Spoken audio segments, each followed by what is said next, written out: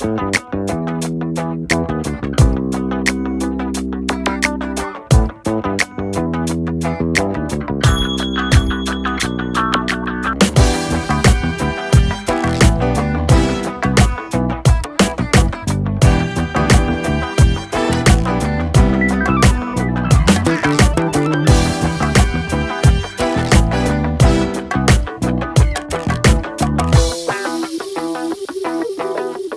everybody to my Married at First Sight video, season 15, episode 13, and this is going to be for Miguel and Lindy.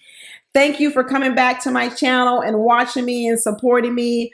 Please don't forget to like, subscribe, and comment to this video. I love to chat with you all. And also new to my channel is we are starting a Q&A, which means that if this video or anything I say in this video makes you come up with a question about dating or marriage or anything, I have created a way in which we're going to be able to ask the questions, and then all of us aunties and uncles are going to answer the questions.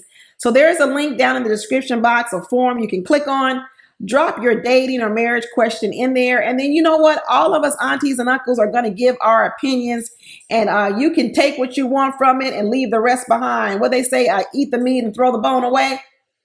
You can do that, and we're going to do a special premiere video where I will answer the questions, and all the aunties and uncles can chime in as well.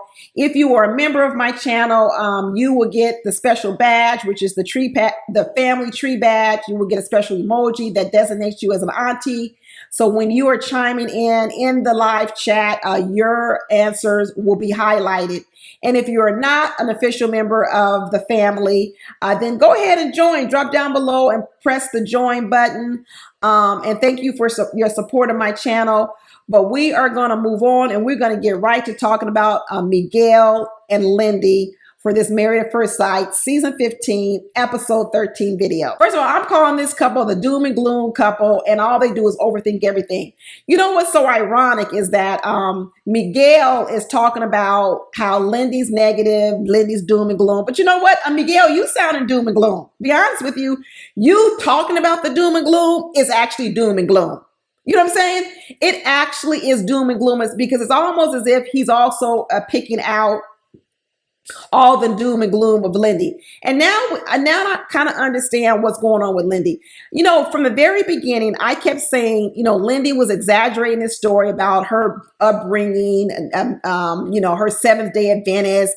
I couldn't do this, I couldn't do that. And I kept saying none of it was jiving with what we saw. It almost started to feel like she was lying. But now what we find out is it is an exaggeration. And this is what Miguel is starting to talk about. She blows up everything. She exaggerates everything. When something should be a level 4, she makes it a level 10. So even in her description of her childhood, even her description of anything, she makes it seem like it was so much worse than what it is. That's why her childhood in the beginning, we thought, wow, good Lord, you couldn't do nothing, this and that. But yet we see all these contradictions in her life. And I'm thinking, I don't know, Lindy, it's not jiving what you said. Well, this goes back to the fact that she blows up everything. She makes it seem more than what it is. And I actually think it's an attention-getting thing.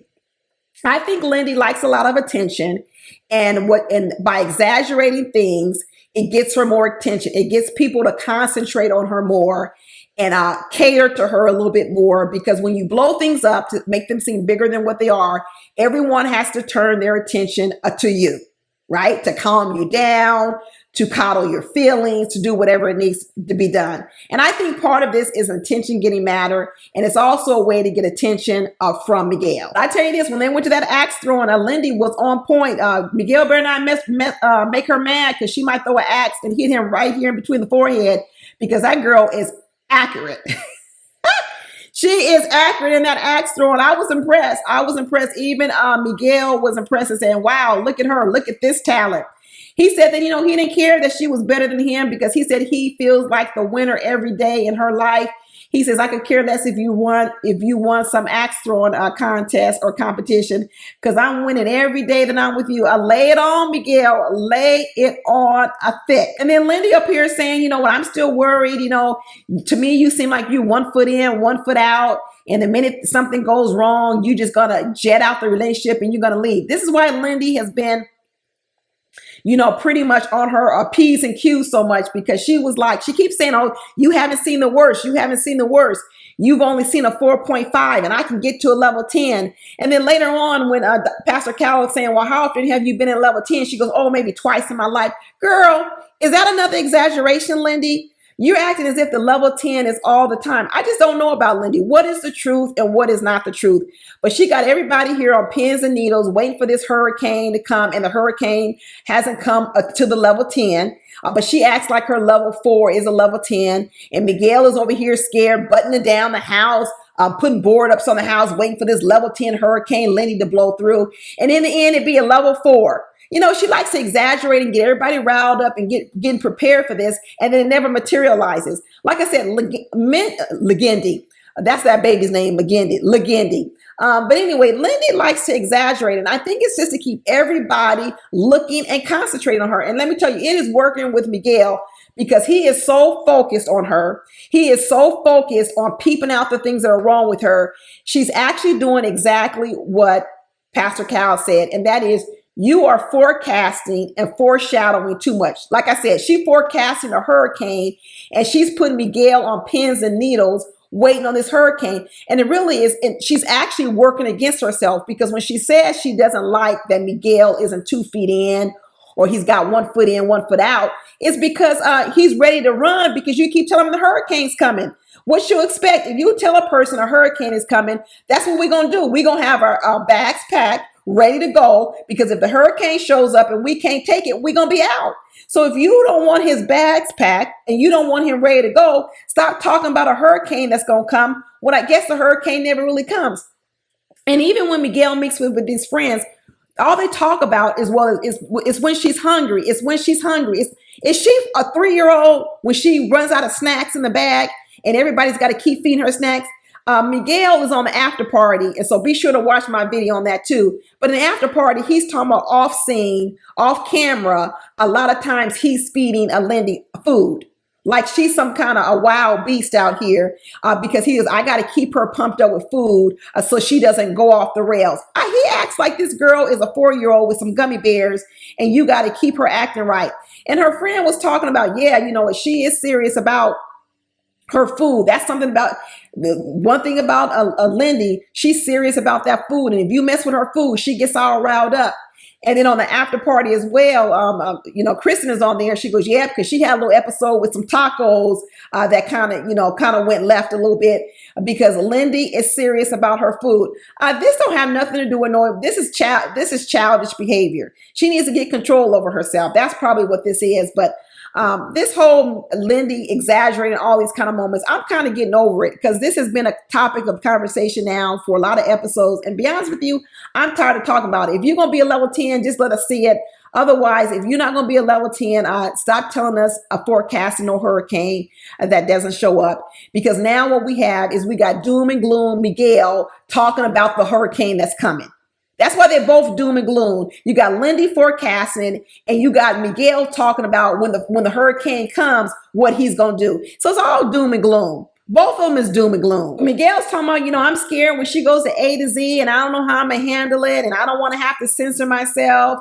But you know what? Miguel likes this little challenge, because I told you from the beginning, when I started listening to Miguel's dating history, one of the things I realized about Miguel is he likes a mental challenge. He really does. He likes to figure stuff out. And I think those women he dated in the past, there was nothing to figure out. I kept saying he needs his intellectual equivalent. Well, let me tell you, I'm not for sure that Lindy is his intellectual equivalent. I'm not for sure about that anymore. But I tell you this, she's got enough twists and turns and ups and downs that it keeps him busy. It keeps his mind occupied, because every episode is all about Miguel trying to figure out Lindy. I got to figure out.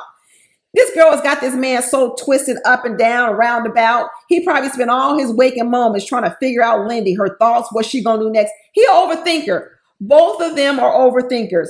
She's an overthinker and she blows things up. And he's an overthinker because he's too busy reacting to these hurricane forecasts, and the hurricanes never show up. They both are spinning in their minds. And to be honest with you, I'm tired of listening to it. I'm tired of listening to these two go around and around and around and around in a circle. That's what they look like to me. It's almost like the same conversation every single week. He's trying to figure out, is this the norm? Pastor Cal saying, her norm isn't a level 10, her norm is a 4 or 5.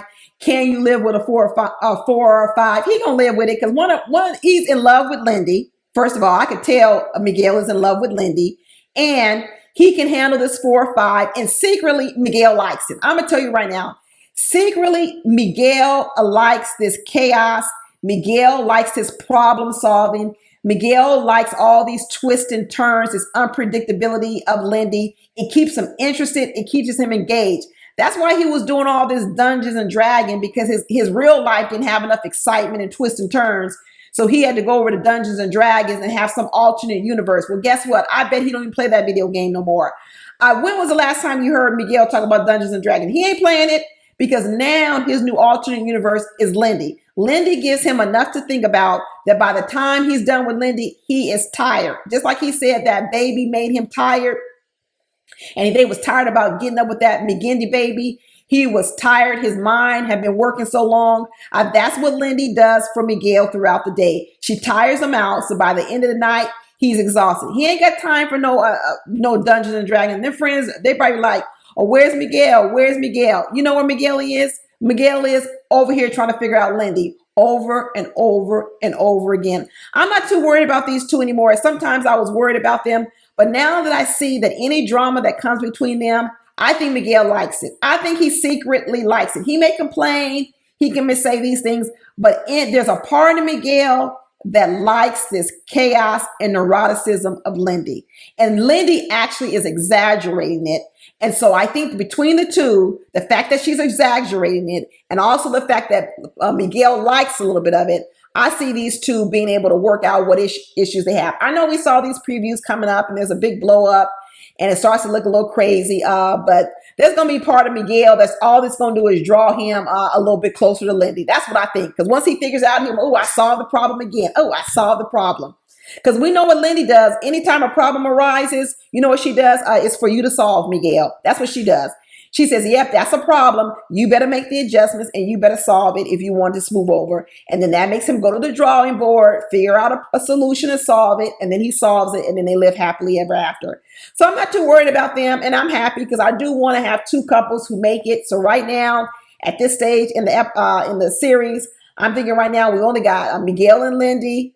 And we've got Nate and Stasha, because I don't believe that Kristen and Mitch are going to make it. Not after this last episode. Watch my video and on them. I did a long one this time, y'all.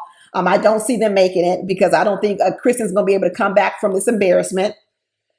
And then, of course, we know that I don't think that Alexis and Justin are going to make it either. And we already know the decision day already happened for old girl over there, Morgan and Ben. So these are two ones I got to put all my hope and faith in them. So I'm going to cheer them on and try and push them towards the finish line.